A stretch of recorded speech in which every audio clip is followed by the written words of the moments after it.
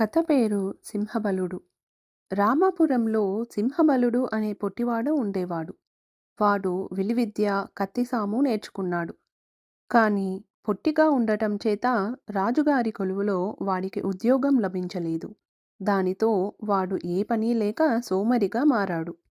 ఒకరోజు అతి కష్టం మీద దండనాయకుడిని కలుసుకొని కొలువులో ఉద్యోగం కోరాడు. దానికి దండనాయకుడు, "నువ్వు ఇంకో 2 అడుగులు పెరిగినట్లయితే ఉద్యోగం లభిస్తుంది. ప్రయత్నించి చూడు" అని వేళాకోళం చేశాడు. సింహబలుడు నిరాశతో ఇంటిదారి పట్టాడు. సింహబలుడు మార్గమధ్యంలో ఒక చెట్టు కింద విశ్రమించాడు. వాడు నిద్ర లేచే సమయానికి ఎదురుగా ఒక యువకుడు కనిపించాడు. "నేను విజయుణ్ణి. పక్క గ్రామంలో ఒక పులి ప్రజల్ని ఇబ్బంది పెడుతున్నదని దండనాయకుడికి తెలిసింది. దాన్ని చంపమని నన్ను ఆదేశించారు" అన్నాడు. సింహబలుడు ఒక నిమిషం ఆలోచించి, "నేను అందుకే వెళ్తున్నాను. ఆ పులిని బంధించి నా వీరత్వాన్ని దండనాయకుడికి చూపిస్తాను" అన్నాడు. ఇద్దరూ చక్రపురానికి చేరుకున్నారు. గ్రామ పెద్ద వారిని ఆహ్వానిస్తూ, "గ్రామ ప్రజలు పులి కారణంగా ప్రాణాలు అరచేతిలో పెట్టుకొని బ్రతుకుతున్నారు. అది ఇప్పటికి 10 ఆవుల్ని, 6 గొర్రెలను, 3 యువకులను చంపింది" అన్నాడు. "నేనైతే ఆ పులిని నా చేతులతో పట్టి చంపగలను. కానీ దండనాయకుడు పంపిన విజయుడికే మొదటగా ఆ అవకాశం ఇవ్వండి" అన్నాడు సింహబలుడు.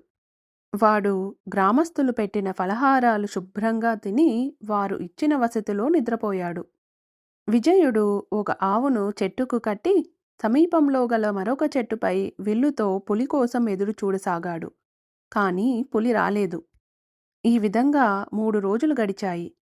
కానీ పులి మాత్రం గ్రామంలోకి జొరబడి నిద్రిస్తున్న ఒక రైతుని తీవ్రంగా గాయపరిచింది. విజయుడు గ్రామ పెద్దలతో, "పులి మనిషి రక్తం రుచి మరిగింది. కాబట్టి అది ఆవు కోసం రాదు. అందుకనే ధైర్యవంతుడైన ఒక మనిషిని ఆవు స్థానంలో కడదామనుకుంటున్నాను. మీలో ఎవరైనా ధైర్యవంతుడు ముందుకు రండి" అన్నాడు. గ్రామ ప్రజలు ఒకరి మొహాలు ఒకరు చూసుకున్నారు. గ్రామ పెద్ద నవ్వుతూ, "దీనికోసం మన సింహబలుడు ఉన్నాడు. అతడు సింహాలను సైతం వట్టి చేతులతో చంపగల సమర్థుడు" అన్నాడు.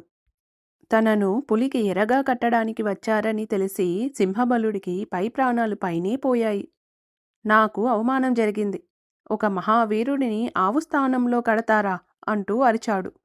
కానీ గ్రామస్తులు గట్టిగా కోరడంతో అతడందుకు అంగీకరించక తప్పలేదు. సింహబలుడు ఆవు స్థానంలో కూర్చున్నాడు. చెట్టుపైన ఉన్న విజయుడు పులి కోసం ఎదురు చూడసాగాడు. ఆవుకి కట్టిన తాడు నేలపై పడి ఉంది.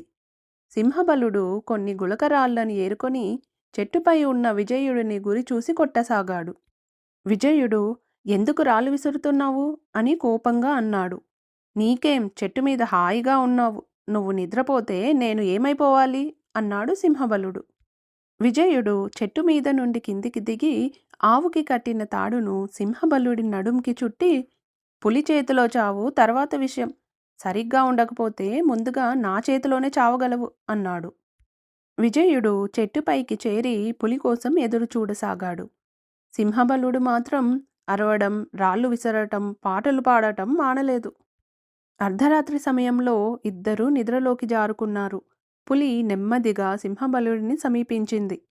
సింహబలుడు మేల్కొని చిన్నగా శబ్దం చేయసాగాడు. కానీ దురదృష్టం కొద్దీ విజయుడికి 3 రోజులుగా నిద్ర లేకపోవడం చేత మంచి నిద్రలో ఉన్నాడు. పులి సింహబలుడి మీదకు ఉరికింది. వాడు పెడబొబ్బలు పెడుతూ పరిగెత్తాడు. కానీ నడుంకు చుట్టిన తాడు విప్పే సమయం లేకపోవడంతో వాడు పులి నుండి తప్పించుకోవడానికి తాడును కట్టిన దుంగ చుట్టూ పరిగెత్తసాగాడు. పులి వాడిని వెంబడించింది. ఇంతలో విజయుడు నిద్రలేచి, "మిత్రమా, నువ్వు పరిగెత్తడం ఆపితే నేను బాణాన్ని వేయగలను" అన్నాడు. "నేను ఆగితే పులికి ఆహారంగా మారడం ఖాయం" అంటూ సింహబలుడు మరింత వేగంగా దుంగ చుట్టూ పరిగెత్తసాగాడు. పులి, సింహబలుడు దుంగ చుట్టూ వేగంగా తిరగడం వలన విజయుడు బాణాల్ని వేయలేకపోయాడు.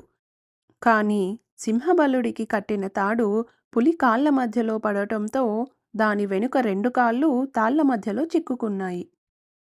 పులి కదలలేని పరిస్థితిని గమనించి సింహబలుడు పులి వీపు మీద కూర్చొని దాని మెడను గట్టిగా వడిసి పట్టుకొన్నాడు. సింహబలుడి ఆర్తనాదాలకు గ్రామస్తులు చేరారు. వారు సింహబలుడిని పొగడ్తలతో ముంచెత్తారు. నేను పొట్టివాడిని, నన్ను చూసి అందరూ నవ్వుతారు. ఈ పులిని రాజుగారికి కానుకగా ఇచ్చి మంచి బహుమతి సంపాదించు అన్నాడు సింహబలుడు. నాకు కొలువులో ఉద్యోగం ఉంది.